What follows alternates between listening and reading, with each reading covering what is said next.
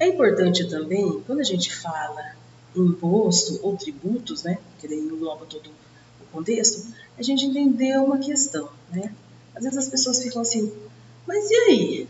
Se quem vai cobrar o imposto é o município, se quem vai cobrar o imposto é o Estado ou a União, né? Quem controla isso? Afinal de contas, o governo pode cobrar imposto como bem entender, do jeito que quiser, quanto ele quiser? E a resposta é não. Por incrível que pareça, não. Não é assim, eu inventei um imposto que todo mundo vai ter que pagar? E não, não é assim. Né? Por mais que alguns tenham essa ideia, né? Até mesmo alguns lá de cima pensem sobre isso, né? Aí vamos fazer assim? Não, não tem. Tem uma regra, né? Então a Constituição Federal, ela determina quais impostos que podem ser cobrados. Né? Então, quem pode cobrar? Que impostos a União pode cobrar? Que impostos os estados podem cobrar? E que impostos o município pode cobrar?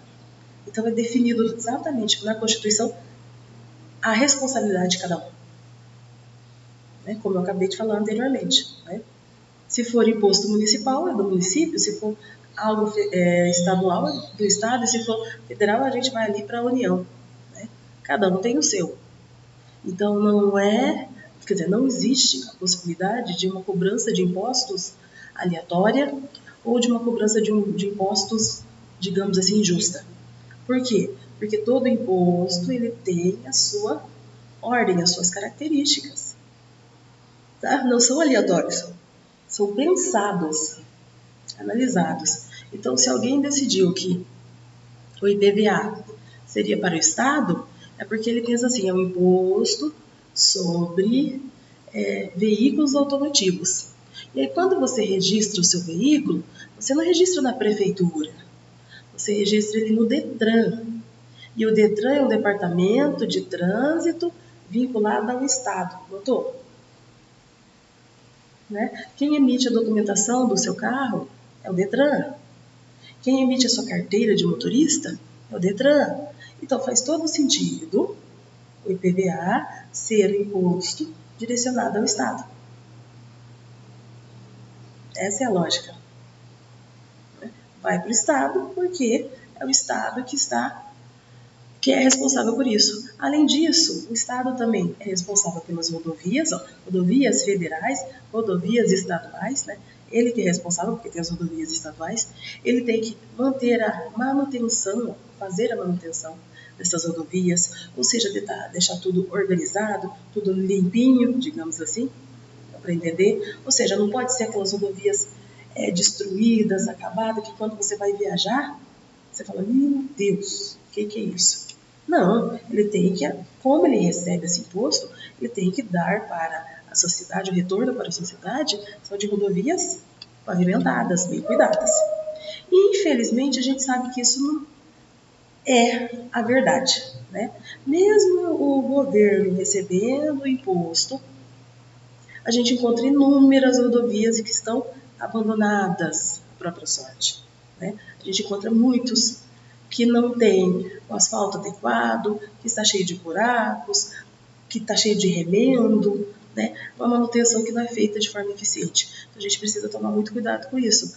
O imposto é pago, mas a gente também tem que cobrar. Olha, pagamos os impostos, olha como estão as rodovias.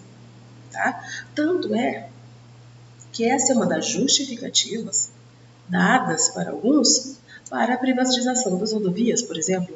Então, eu privatizo a rodovia, ou seja, vai ser uma empresa que vai ser responsável pela manutenção dessas vias, e para isso essa empresa vai cobrar. Né? Então, aí a gente tem N exemplos de empresas que decidiram cobrar. Né? Elas ganham a concessão, compram, né, aquelas rodovias por um determinado tempo. Por isso que eu falo ganham a concessão, porque as rodovias não serão deles, mas eles vão ter o direito de explorar aqueles trechos por um bom tempo. Tá? Pode ser 10 anos, 15, 20, depende do contrato firmado. Então, pedagiar, né, como alguns falam, privatizar, é uma das formas que muitos apontam para acabar, né, digamos assim, com essa questão das rodovias mal cuidadas e mal pavimentadas. Só que a gente sempre tem que lembrar que privatizar significa não estar mais na mão do governo a questão da manutenção. E aí vamos cobrar para quem? Cobrar do governo? Mas se ele concedeu para o outro, né, para uma empresa fazer isso, significa que eu vou estar mais afastado do governo. Eu não tenho esse acesso direto. Vamos falar um pouquinho sobre os nossos impostos? Então vamos começar com os impostos federais. Então nós temos ali, ó, se você vê o I é o imposto de importação.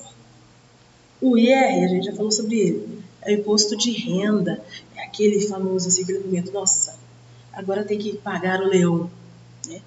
Então esse imposto de renda tem tudo a ver com a sua movimentação financeira, com os seus gastos ao longo do ano. Então você tem que fazer a dedução do imposto de renda, você tem que pagar o que precisa pagar, e você tem direito a um desconto, um ressarcimento de algum valor cobrado indevidamente, digamos assim. Você pode ir atrás disso. Aí tem o imposto, que é o IPI, que é o Imposto sobre Produtos Industrializados. Então cai aí, olha, bem, se você comprar um suco de laranja, aquela caixinha de suco de laranja, você está pagando o IPI, que é o Imposto sobre Produtos Industrializados. Temos o IOF, né, que é o Imposto sobre Operações de Crédito, Câmbio e Seguro, né, operações financeiras, que a gente fala. Tem o imposto de exportação. Se de um lado eu tenho importação, imposto referente ao que eu compro, então vamos lembrar lá, eu quero comprar um par de fones da marca talalala da China. Então eu vou importar de lá porque lá está mais barato. Só que eu tenho que pagar um imposto referente a isso. Tenho que pagar, que é o imposto de importação. O imposto de exportação, a mesma ideia. Eu tenho que verificar tudo para saber sobre a questão da exportação, né? O que está saindo. Então tem um imposto referente a isso. Na hora que entra eu pago imposto, na hora que sai eu também pago imposto. Imposto sobre propriedades rurais, né? Que é o ITR. Então esse imposto é cobrado para propriedades rurais. Temos o ICMS, que a gente acabou de falar lá nos vídeos anteriores, que é o Imposto sobre Circulação de Mercadorias e Serviços. Ou seja, quando se fala em mercadoria, ó, do campo para a mesa, da mesa, do campo para o mercado da sua mesa, a gente paga o imposto sobre circulação de mercadorias e serviços. Temos também o IPVA, que é o Imposto sobre Propriedade de Veículos Automotores, que a gente acabou de ver. E esse dinheiro vai lá para onde? Para o Estado, lembra? Detran, Estado.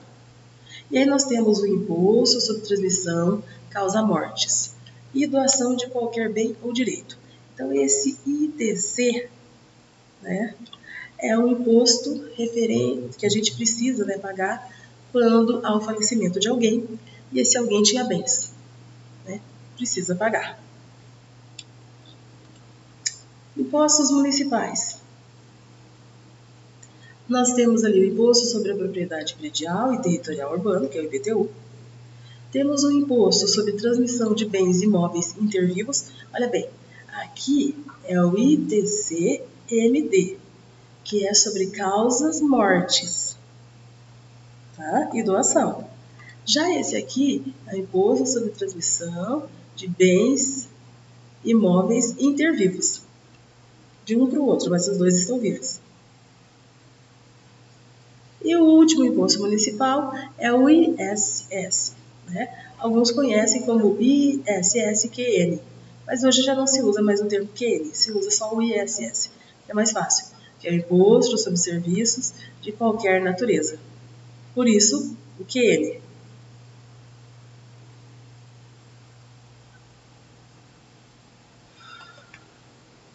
Aí vamos para as contribuições. Nós temos contribuições trabalhistas ou sobre a folha de pagamento, que é o INSS, Instituto Nacional do Seguro Social, o PIS, que é o Programa de Integração Social e Programa de Formação do Patrimônio do Servidor Público. Temos contribuições sobre o faturamento ou sobre o lucro. Então, eu tenho CONFINS, que é contribuição para o financiamento da Seguridade Social. Nós temos o PIS, que é o Programa de Integração Social e Programa de Formação dos Patrimônios. Então, eu vou olhando aqui, ó, vendo qual deles que eu tenho que pagar. Ah, eu tenho que pagar esse aqui. Ah, não, esse aqui. Tem o CSLL, que é Contribuição Social sobre Lucro Líquido. Ops, passei. Temos também a Contribuição para o Financiamento da Seguridade Social, que é o CONFINS. E tem o PIS, que a gente falou anteriormente, mas só para recapitular, que é o Programa de Integração Social. Então, quando se fala em contribuições federais, a gente também tem essa questão, principalmente no que se refere a contribuições trabalhísticas ou folha de pagamento.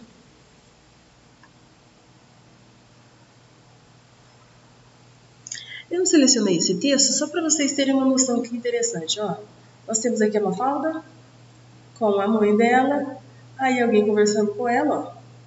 Aí ela responde que o nome dela é Mafalda. Aí ele fala, você estuda? Aí ela já pensa, sim, claro. E o senhor paga seus impostos? Então, ela já foi cobrar ele. Por que ela fez isso? Porque ela diz, ó, bem aqui, ó, e ele que começou a falar de obrigações. Porque estudar para ela é uma obrigação e para ele pagar os impostos deveria ser uma obrigação. Né? É automático isso. Minha obrigação é estudar, sua obrigação é trabalhar. A grande pergunta que fica é assim, né? Como pode, né, alguém falar sobre obrigações e não lembrar que entre as obrigações de você, de nós cidadãos, existe o pagamento dos impostos. Então não dá para você falar em direitos, como a gente falou em cidadania lá, ó, direitos e deveres, e só pensar nos direitos e se esquecer dos deveres. Quais são os deveres? Pagar os impostos. E aí, como que esse dinheiro é guardado? Onde ele é guardado? Para onde ele vai? Então isso entra lá na questão de gestão de recursos públicos. Onde esse dinheiro vai parar? Essa é a grande questão. Feito o que com ele? É usado para quê? Então, o que é feito com esses recursos é a grande pergunta. Né? O que a gente faz com eles? Para onde ele vai? Então, são questões importantes. Sempre para a gente poder parar, pensar e analisar. Se eu pago imposto, para onde ele vai? Vai ser usado com o quê? E aí, se você procurar, oficialmente, existe uma destinação para esse dinheiro.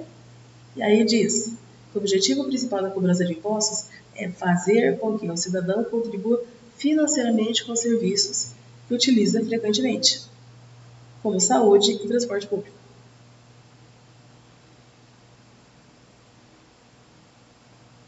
Aí nós temos a questão também, se eu tenho pago esse dinheiro vai para a saúde?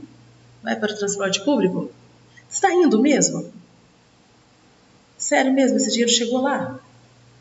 Está fazendo diferença? Então, esse dinheiro de impostos é revertido, né, em frotas de ônibus, então na qualidade das frotas de ônibus do sistema público, nos hospitais bons, com bom atendimento, com medicamento, nos postos de saúde, nos prontos-socorros de todo o país. Então, quando eu pago esses impostos, eu vou reverter, eu vou pegar esse valor pago, não só o meu, mas da sociedade toda, daquela sociedade especificamente, e vou devolver isso. Eu recolho o imposto e depois vou dar uma destinação adequada à sociedade, na verdade. O que eu vou fazer com esse dinheiro? Eu recebi tanto, eu vou investir tanto nisso, tanto nisso, tanto nisso, tanto nisso. Isso aqui eu tenho que pagar já o que eu estou devendo. Então, o dinheiro é revertido em impostos que vão servir para manter a eficiência e a qualidade de exercícios, de atividades como, né, lazer, educação, que são essas questões, são pontuais, mas também com relação aos serviços prestados, né, bens e serviços.